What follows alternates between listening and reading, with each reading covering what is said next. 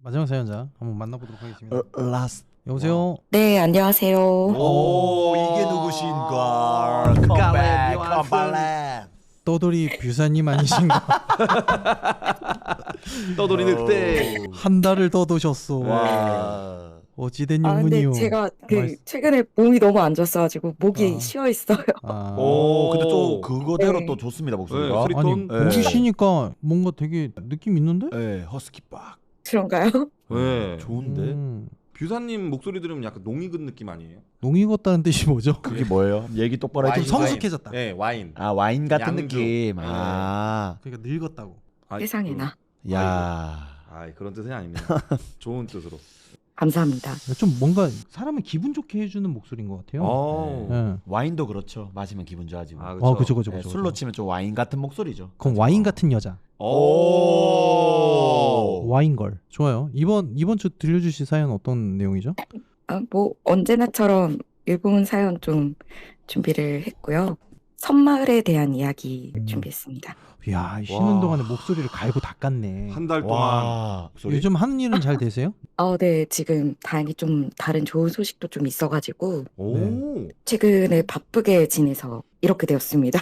네, 반가워요. 너무 네, 진짜로. 환영합니다. 네. 좋습니다. 준비되셨나요? 네, 됐습니다. 네, 준비되셨으면 바로 시작해주세요. 큐!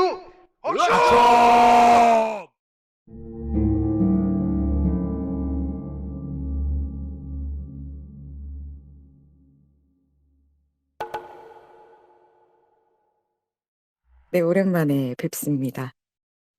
오늘 이야기는 제가 이제 일본인 친구를 만나러 갔을 때 마침 친구가 이제 근처에 동창이 있다고 그래서 불러가지고 같이 술자리를 했었거든요. 근데 그 친구도 제가 무서운 얘기 좋아하는 거 알고 있고 이런 괴담 같은 거를 이야기를 모은다는 거를 듣고 나서 그 동창분이 자기가 들었던 이야기를 해주셨어요. 일본도 굉장히 작은 섬이 많이 있는데 그 이야기의 주인공이시죠? 그분이 일본 안에서도 굉장히 작은 섬에서 살았대요. 그래서 한국에서 흔히 말하면은 뭐 옆집에 숟가락 젓가락 몇 개 있다 안다라고 말할 정도로 이웃 간에 가까웠다는 걸 그렇게 표현하잖아요. 그런 것처럼 섬 주민을 다 모으면 한 건물에 모을 수 있을 정도로 적은 인원이 살아가는 마을이 있었대요. 그 마을에 있었던 이야기를 제가 준비를 했습니다. 그 섬 마을에는 섬 주인 집안이라고 불리는 부잣집이 있었대요.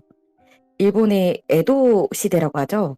아주 예전부터 어업이랑 소금을 파는 걸로 해서 굉장히 큰 돈을 벌었고 그 자본력을 바탕으로 계속 사업도 하고 이제 본토죠. 일본의 제일 큰 섬에 가서 쌀집도 하고 그렇게 사업을 점점 불리다가 나중에는 뭐 들리는 얘기이긴 합니다만 한국 전쟁 때 이 전쟁 물자를 만드는 공장을 운영을 했대요.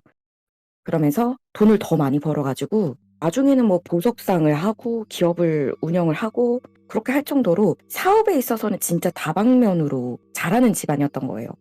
근데 이 집안의 메인 헤드쿼터는 이제 이 섬이 있는 집인 거죠. 과거부터 그 섬과 그 섬 주변에 있는 섬들의 모든 흘러가는 자금은 다 그 집에서 나온다고 불릴 정도로 집도 되게 크고 부자였대요. 그래서 그 섬과 그 일대에는 그 집안이 거의 왕족이나 다름이 없었던 거예요. 그래서 마을 사람들도 다 예전부터 그 집을 위해서 일했다는 하인들이 그 집에서 살 수는 없으니까 인원이 너무 많아서 그 마을로 이렇게 섬 밖으로 이렇게 나가서 살기 시작하면서 이렇게 점점 발전을 한 게 그 마을 사람들이라고 하더라고요. 그래서 되게 큰 집안이니까 가족들이 많이 살았는데 그 집안의 아들만 셋이었대요. 이제 가주 밑에 아들이 셋이었는데 그 아들 중에 막내 아들은 사업에 뜻이 없고 공부를 하고 싶어 했대요. 그런데 우리 집안은 사업을 해야 된다. 이런 간섭이 계속 되니까 이거를 이기지를 못하고 25살이라는 어린 나이에 섬에서 그냥 도망가 버린 거예요. 그러고는 집이랑 인연을 끊고 살았대요. 근데 그러다가 몇 년 뒤에 어떤 여자가 섬에 난생 처음 보는 여잔데 섬에 들어오더래요. 그래서 어떤 아기 한 명을 이렇게 안고 들어왔는데 그 아기가 이 집안을 완전 뒤집어 놓은 거예요. 알고 봤더니 그 여자가 이제 섬 밖으로 도망을 나갔던 그 막내 아들이랑 결혼을 했는데 결혼하고 얼마 안 돼서 애를 가졌어요. 근데 애를 낳은 지 얼마 안 돼서 막내 아들이 사고로 죽어버린 거예요. 그래서 싱글맘이 됐는데 그 당시에 그 여자 혼자서 어떻게 애를 키워요. 그러니까 나 얘 못 키운다 하고 그 집안을 어떻게 수소문을 해가지고 데리고 온 거예요. 그리고는 그냥 나 못 키우니까 너네가 키워라 하고 애를 두고 그냥 가버렸대요. 그래서 애만 그렇게 집에 덩그러니 남았는데 뭐 그 아이가 진짜 그 막내 아들의 핏줄인지는 알 수 없지만 아버지가 꽤 그런 좀 마음이 넓으셨나 봐요. 그 아이를 그냥 우리 손자라고 생각하고 받아주자라고 해서 남은 아들 2명 중에서 이제 둘째한테 양자로 입적을 시켜가지고 양자로 키웠대요. 하루아침에 그 애가 이제 양자로 자랐는데 집안 사람들이 별로 안 반겼었대요. 이렇게 버리고 갔는데 나중에 세월이 흘러가지고 내가 얘 생모다 하면서 걔가 뭐 물려받을 돈이라도 뭐 떡에 떡고물이라도 하나 얻어먹으려고 나타나기라도 하면 어떻게 하냐 이러면서 그 양자를 엄청 배척을 한 거예요. 그래서 그런 가풍 때문인지는 모르겠는데 이미 있었던 손자들도 서로를 굉장히 경계를 하고 미워하고 별로 친하게 지내지를 않았대요. 근데 그 입양자를 괴롭히는 것만큼은 걔네들이 일심동체였던 거예요. 그래서 그 입양자가 굉장히 어릴 때부터 괴롭힘을 엄청 당하면서 살았대요.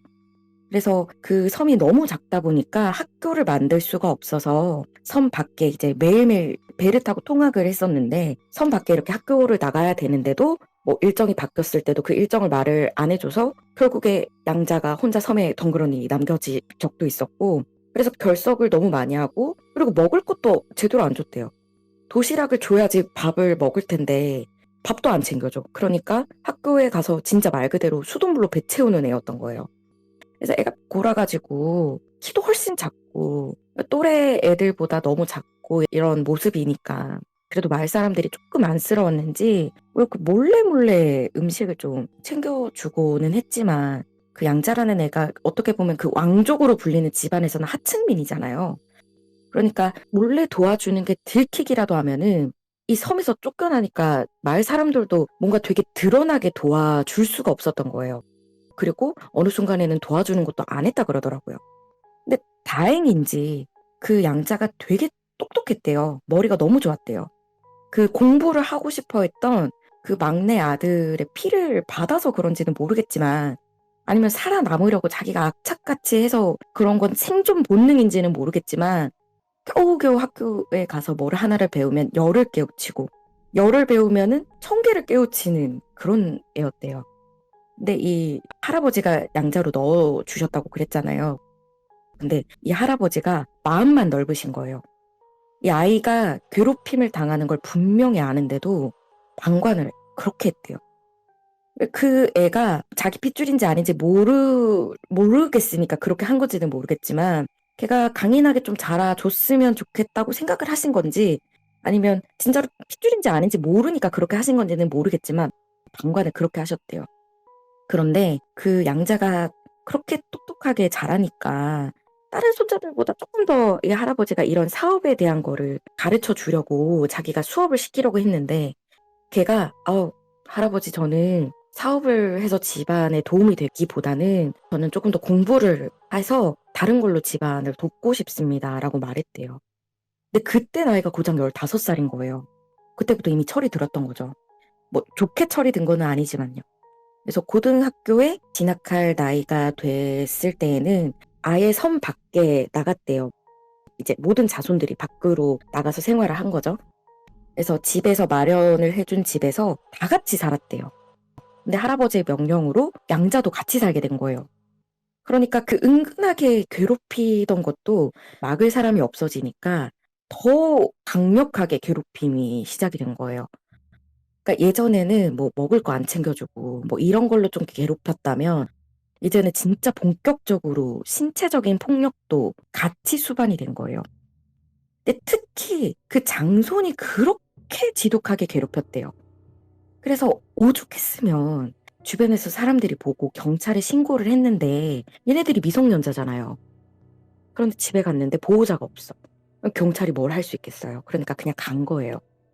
그리고 그 집을 이렇게 관리해 주시는 집사 같은 분이 오셔서 계시더라도 집에서 뭘 어떻게 했는지 그냥 경찰들이 돌아가더래요. 그런데 다행이라고 하기에는 좀 우습기는 한데 고등학교에 이렇게 진학을 하면서부터 이 양자가 학교에 더 오래 있을 수 있게 됐고 진득하게 좀 공부를 하게 된 거예요. 당연히 성적도 좋았고 본인도 이제 학업에 대한 의지가 있었다 보니까 진로를 일찍 결정을 해서 양자가 자기는 의대에 진학을 하겠다고 결정을 했었대요. 그래서 뭐 당연하죠. 의대는 당연히 합격을 했고 그 길로 이제 본토 안에서도 진짜 제일 메인스트림인 도쿄로 가게 된 거예요. 그래서 할아버지가 이제 드디어 집안에서 의사가 나오게 됐다면서 이 학비라든지 생활비라든지 이런 거 너는 공부에만 전념해라라면서 지원을 해줬대요. 그러면서 다른 손자들은 다 사업 같은 거 공부하고 경영 이런 거 배운다고 다른 학교로 가고 그 친구만 이제 의대에 들어가 있으니까 자연스럽게 좀 거리가 떨어지면서 폭력이랑도 멀어져서 좀 정상적으로 살아가게 된 거예요. 그래가지고 할아버지가 이제 돌아가셨을 때 잠시 장을 치른다고 섬에 돌아와서 서로 얼굴 잠깐 본 거 말고는 얘가 살아있나? 라고 생각할 정도로 잊었을 때쯤에 아주 오랜 시간이 지났는데 그 양자가 주당당하게 의사가 돼서 섬에 돌아온 거예요. 근데 본토에 이제 도쿄나 이런 데 되게 유명한 병원에서도 와달라고 스카우트를 받고 해외에 있는 대학교에서도 교수가 돼달라고 러브콜을 받았는데도 나를 지금까지 키워주신 은혜를 잊지 않기 위해서 내가 섬으로 돌아왔다. 내가 그래서 섬에 병원을 세우고 싶다라는 포부를 안고 돌아왔다면서 그랬대요. 근데 진짜 놀랍게 그 섬에 병원이 없었대요. 그 집안 소속에 이제 상주를 하시는 의원분이 계셨는데 이미 그 손자들이 그 자손들이 어렸을 때부터 골골대던 머리 하얀 할아버지였던 거예요. 그러니까 그 의원 할아버지가 돌아가신 이후에 따로 의원을 안 두고 병이 나면은 이제 사람들을 좀 모아가지고 한꺼번에 섬 밖으로 나가서 병원 갔다 오고 이렇게 들어오고 그런 일이 빈번했다 보니까 의사가 이 섬에 생긴다는 게 엄청 큰 경사인 거예요. 그래서 집에 들어와서 병원 세워라라고 했는데 저는 그냥 밖에 세우겠습니다 해서 그 마을 중앙에 있는 좀 놀고 있는 공터에다가 양자가 자기 돈으로 집이랑 병원을 세웠대요. 그렇게 해서 마을 사람들 건강을 엄청 챙겨준 거예요. 근데 이제 생각해보면 아무리 돈을 융통을 해주는 집이라고 해도 목숨을 챙겨주지는 않잖아요. 그러니까 이 섬에서 이 양자의 입지가 엄청 올라가게 된 거예요. 그렇게 자기를 엄청 지독하게 괴롭혔던 집안 이것만 자기를 키워준 은혜를 갚겠다고 돌아온 것만으로도 이 사람은 부처나 다름이 없었는데 집안의 왕족이라고 한다면은 이 양자는 거의 신이나 다름이 없었던 거예요. 그 사업을 하는 집안이다 보니까 집안에 있던 자손들 중 일부는 계속 섬 밖에서 살았는데 이제 할아버지가 돌아가시고 난 이후에 제일 큰아들이죠. 큰아들이 집을 돌봤는데 급병으로 돌아가신 거예요. 그러면서 결국에 그 장손이 집안의 헤드쿼터에 계속 머물게 됐대요. 그러면서 당연히 지독한 이 악역의 굴레가 이 섬에서 다시 시작이 된 거예요. 근데 장손이 이제 성인이잖아요. 그러니까 양자를 괴롭힐 수가 없는 거예요. 심지어 유일한 의사라서 마을 사람들이 제일 대접을 해줘. 만약에 그런 사람을 괴롭히면 자기 명예도 깎여나가 문제도 생겨 경찰에 끌려가게 되니까 아무것도 못하는 거예요. 근데 이 장손이 양자가 섬으로 돌아오기 전부터 이제 집안을 이끌었었는데 젊은 나이에 이제 섬 밖을 나갈 수 없다는 것 때문에 스트레스를 엄청 받았는지 계속 배가 아프다 그러고 계속 구토를 하고 그리고 좀 뭔가 병이 있었대요. 그래서 양자니까 형 내가 건강 돌봐줄게 이래서 건강을 돌봐줬는데 너무너무 좋아졌던 거예요. 그렇게 이제 여름에 일본 다 마츠리라고 해서 이제 마을 축제 같은 거 하잖아요. 그렇게 해서 그 집에서 항상 여름에 어느 시즌이 되면은 마을 축제를 그 집에서 크게 열어줬었는데 그 마을 잔치를 하고 난 이후에 사람들이 막 시름시름 앓다가 이렇게 픽픽 쓰러져서 죽기 시작한 거예요. 그래서 이게 무슨 일인가 해서 조사를 했더니 집 안에 있는 우물에서 시체가 나왔대요. 사람 시체가. 근데 마을 사람도 아니었던 거예요. 그래서 경찰이 찾아와서 조사를 했는데 도대체 이 사람은 누군지도 모르겠고 마을에서도 이 사람을 본 적도 없고 심지어 집안에 어떻게 들어왔는지도 알 수가 없는데 그 마을에서 제일 큰 집에 있는 우물에 빠져 죽은 상태로 발견이 된 거예요. 소득도 없이 경찰이 돌아갔는데 시체가 제법 오래 그 물 안에 담겨져 있었나 봐요. 근데 그 물을 마시고 그 물로 음식을 해서 먹였으니 사람들이 탈이 안 나고 배기겠어요? 그러니까 사람들이 전염병처럼 병을 앓기 시작한 거예요. 당연히 그 집도 명망이 깎이고 이 장손도 당연히 명예가 깎이고 양자는 병을 앓는 사람들을 챙기느라고 하루 종일 정신이 없는 거예요. 그렇게 마을이 하루아침에 쑥대밭이 됐어요. 근데 그 충격 때문인지 모르겠는데 장손이 이렇게 시름시름 앓다가 정신을 조금씩 놓더래요. 그래도 양자가 계속 옆에 붙어서 정신 차려야 된다, 형. 이러면 안 된다 하고 정신도 붙들어주고 치료도 해줘서 그런지는 모르겠는데 조금씩 괜찮아지니까 이 장손이 모든 거를 다 그 양자한테 의지를 하기 시작한 거예요. 툭 하면은 그 병원을 찾아가서 신세 한탄을 그렇게 하고 약을 처방해달라고 하루 종일 죽치고 앉아있더래요. 그렇게 기세가 등등했던 집안이 조금씩 무너지기 시작했고 마을 사람들도 많이 죽어서 몇 사람 안 남았대요. 근데 이제 본토에서 원래 하고 있었던 사업이 있었잖아요. 그게 있었다 보니까 완전히 집안이 망했다 뭐 이런 거는 아니지만 겨우 명맥을 잃을 정도로만 살아있었대요. 이런데다가 먹고 사는 게 바빠서 이제 혼자 섬에 남겨진 장손을 아무도 신경을 안 쓴 거예요. 일가족이 다 망했는데. 그렇게 서로 막 헐뜯고 미워하고 하는데 궁금해 했을 리가 없잖아요. 그런데다가 집안이 망하게 생겼는데 내가 지금 손에 쥐고 있는 이 사업이라도 망하면은 진짜 쫄딱 망하는 거니까 더 이상 관여하고 싶지 않아 했었대요. 근데 그 둘째 아들이 아들 둘에 딸 하나를 낳고 양자를 이제 받아줬었는데 그 딸 하나가 할아버지랑 그렇게 애착이 깊었대요. 그러니까 집안이 망했다고 하니까 너무 걱정이 돼서 오랜만에 이제 섬에 들어온 거예요. 그래가지고 섬에 이제 배가 이제 더 이상 왔다 갔다 하는 게 없으니까 자기가 개인적으로 배를 좀 구해가지고 이따가 보고 나갈 거니까 대기해주세요 하고는 거기 이제 배를 세워놓고 항구에 이렇게 딱 내렸는데 그렇게 깨끗하고 사람들이 많았던 바다가 막 배 다 부서진 채로 막 바닷물에 사가가지고 막 부서져 있고 밧줄도 너무 햇빛에 많이 지져져가지고 막 바스라지고 있었대요. 그 전염병이 거의 마을 사람들을 전멸시키다시피 해가지고 그 병이 아직 남아있었는지 모르겠는데 사람들이 이렇게 다 하얀색 천 같은 걸로 코랑 입을 막고 돌아다니더래요. 자기는 집이 어디 있는지 아니까 그냥 익숙하게 갔는데 문 앞을 지키는 사람도 없고 문을 이렇게 여니까 그냥 쑥 하고 쉽게 열리더래요. 그래서 들어가 봤죠. 그랬는데 집안에 이제 우리 집안의 기운이다라면서 엄청 자랑스럽게 세워놨었던 벚나무가 엄청 큰 게 집안에 하나 있었는데 그것도 싹 다 말라 죽었대요. 집안에 사람도 아무도 없고. 그래서 이상하니까 이제 그 여자분이 나가서 마을 막 돌아다니면서 혹시 저희 오빠 어디 갔는지 아세요? 그러면서 물어봤는데 사람들이 하면서 말도 제대로 잘 못해요. 그걸 보니까 그 마스크처럼 끼고 있는 천이 막 침으로 다 질질 젖어 있는 거예요. 그래서 정말 이거는 진짜 망했구나라고 생각하면서 오빠를 그냥 계속 찾아다녔대요. 마을을 돌아다니면서. 어둑어둑해질 때까지 마을을 배회를 하다가 점점 어두워지니까 이제 불이 들어오는 데가 유일하게 한 집이 있었던 거예요. 그래서 저기가 양자가 세웠다던 그 병원이겠구나 해가지고 팍 서둘러서 갔대요. 가보니까 거기는 엄청 깨끗하고 사람이 사는 것 같아 보이는 흔적도 있고 잘 정리돼 있어요. 근데 사람이 막 웅얼웅얼 하는 소리가 들리는 거예요. 남자 목소리가.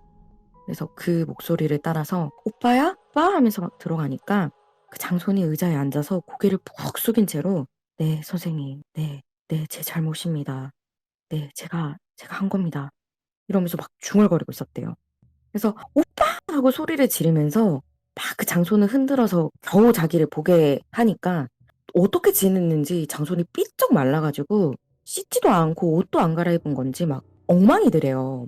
막 머리도 떡져 있고 얼굴에 막 버짐 펴져 있고 그래서 막 오빠 여기서 뭐해 정신 차려 오빠 빨리 나가자 이러면서 몸을 일으켜서 끌고 나가려고 하니까 그 순간에 눈이 하고 돌아오더니 여기 선생님이 계시잖아. 하면서 다시 의자에 스르르 앉아서는 고개를 푹 숙이면서 아, 네, 선생님. 아, 네, 제가 몸이 안 좋아서요. 네, 아, 머리가 어지럽고요. 네, 그래서 약 좀 처방해 주셨으면 좋겠는데요. 이러면서 중얼중얼거리다가 그냥 그대로 그냥 계속 그렇게 있었대요. 너무 무섭잖아요. 진짜 정신을 놨구나, 미쳤구나. 그래서 너무 무서워서 허겁지겁 막 도망을 갔대요. 병원을 막 빠져나가서 혹시라도 오빠가 자기를 쫓아올까 봐 너무 무서워서 계속 막 뒤를 쳐다본 거예요. 그랬는데 그 병원 앞에 누군가가 분명히 서서 자기를 보고 있더래. 그거를 보자마자 그 여자가 미친 듯이 그냥 달리기만 한 거예요. 그렇게 사람들한테 배 기다리라고 했으니까 그 배를 타고는 그렇게 두 번 다시 섬으로 돌아가지 않았대요.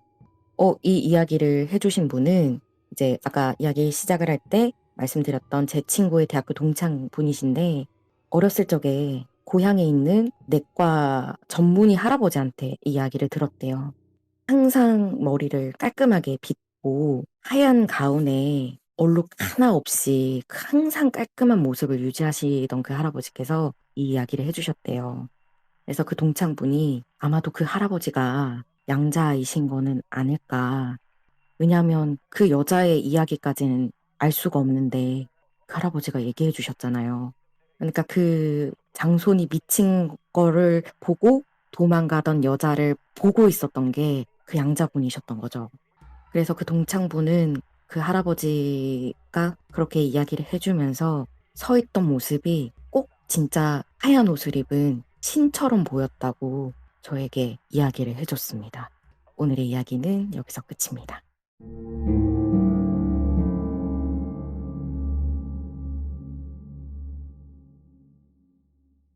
아, 부금 때문에 더 무서워. 아, 네. 이제 들으면서 그럼 범인이 양자일 가능성이 있는 거죠? 우리가 관측하기 전까진 네. 범인을 알 수 없지만 관측했을 경우에는 범인이 결정이 됩니다. 관측하면 안 남자 되죠? 분이시겠죠? 야, 이 얘기 처음 들었을 때 좀 어땠어요? 제가 지금 생각이 안 나는데 그 여자분이 너무 괴롭힘을 많이 당해서 알아. 이제 딸이 죽은 뒤에 정신을 놓고 마을 사람들이 다 살해하고 다니는 아, 나 그거 봤어, 아, 봤어. 그거 있잖아요. 알고리즘 떠서 약간 봤어. 그거를 떠올렸어요. 강혜정님 나오는 음. 거였나? 빡세지 그거. 봐야겠다. 김봉남 살인 사건 정말 정말. 맞아. 약간 그런 이야기가 떠오르면서 아, 진짜 그런 일이 있었을 수 있겠구나. 더 폐쇄적인 곳이었으니까. 그렇죠. 그리고 그러다 보니까. 자기들이 돈이 많다는 이유로 그렇게 사람을 괴롭혔으니 꼴 좋다 요놈들, 약간 이런 생각도 좀 했고, 한편으로는 뭐 제가 너무 과하게 생각하는 건지는 모르겠지만 그 양자분이 진짜 범인이 맞다면 첫 번째로 진짜 어떻게 보면 만약에 그 모든 일을 양자분께서 하셨다면 제노사이드잖아요. 제노사이드가 어떻게 뭐죠? 하셨대? 대량 학살. 아, 대량 아, 학살. 그치. 그걸 제노사이드. 대량 학살이잖아요. 어떻게 그거를 하실 수 있었던 걸까? 왜냐하면 음. 섬이니까 결정적으로 사람이 마실 물은 한정이 될 수밖에 없고 약을 또 사용하실 수 있는 분이니까 그런 걸로 어떻게 하신 걸까? 그러면 진짜 마을의 시체는 어떻게 넣으신 걸까라고 저도 생각을 했었고, 마을 시체는 남자라고 그랬어요. 그런 생각이 들면서 이게 저도 그냥 건너서 얘기를 들었을 뿐인지라 실제 있었던 일인지는 알 수는 없지만 만약에 정말 실제로 있었던 일이라면 그분이 과연 그 나이 때까지 제정신으로 살아 계실 수 있었던 원동력이 오로지 복수 때문일까라는 생각을 좀 했어요. 근데 입장 바꿔서 생각하더라도 제가 만약에 섬까지 들어가는 결심을 했잖아요. 네네. 이거는 자기도 죽을 생각으로 들어간 거일 수도 있어요. 왜냐면 우리 그 상황에서 절대 평화란 없을 거니까. 아, 그렇죠? 그렇죠. 그렇네. 그죠. 딱 이제 섬에 발을 딛는 순간부터 둘 중 한 거지. 내가 죽거나 다 죽이거나. 영화네 영화. 그죠. 어쩔 수 없는 것 같아요. 머뭇거릴 순 없으니까. 그죠. 그리고 제가 그분들의 심정을 다 이해하지 못하겠지만 자기가 이 증오, 복수, 마음 먹은 순간부터 밖에서의 삶은 사는 게 아니지 않았을까? 하루에 수십 번을 되씹었을 텐데 되게 무섭습니다. 와, 진짜 무섭습니다. 네. 진짜 와, 뷰사님 대단하시네. 그 동창분의 고향은 본토에 있어요. 본토. 네네. 그러니까 섬이 이렇게 제가 자세하게 말은 안 하겠지만 일본이 크게 네 섬으로 나뉘어져 있거든요. 그러면은 그 본토에 있는 좀 대도시 쪽에 있는 곳이었는데 거기서 이야기를 했었고 들었던 사람들끼리 이렇게 얘기를 했었던 게 왜 그 섬을 나왔을까? 그러니까 저는 약간 전리품처럼 거기서 살 것 같거든요. 제가 그렇게 했다면. 나 성공했다. 나 복수 성공했다. 이 섬 이제 내 거다. 니들이 그렇게 나 무시하면서 이 섬 주인이라서 나 무시했는데 이제 이 섬 내 거다 하면서 거기 살 것 같은데 왜 나왔을까에 대한 이야기를 했었거든요. 복수는 복수를 낳기 때문이 아닐까요? 근데 얘기를 했다가 나왔던 게 엄마 찾아가려고 그런 거 아닐까? 자기를 이 섬에 버리고 간 엄마 찾아가려고. 마지막 그걸로 마지막 그 복수심으로 다시 섬 밖에 나와서 사셨던 게 아닐까 하는 얘기. 이제 괴물이 됐구나. 괴물이 됐죠. 괴물이죠. 사람일 수가 없어요. 우정픽 어떻게 시드픽 하십니까? 아니요, 그거 해보실 생각이 있으세요? 뭐 기회를 주시면은 기회를 주시면이 아니라 이 네. 기회는 이제 뷰사님 겁니다. 아 그럼요. 와. 찬스. 우리 뷰사님 이제 시험픽으로 해서 시드권 가져가시고 와. 네. 왕중왕전 때도 허스키한 진짜로. 목소리 꼭 부탁드립니다. 일부러 소리 지르고 와야겠네. 네, 알겠습니다. 자, 우리 그 뷰사님 이번 달 말에 뵙도록 하겠습니다. 감사합니다. 감사합니다. 네 감사합니다. 수고하셨습니다.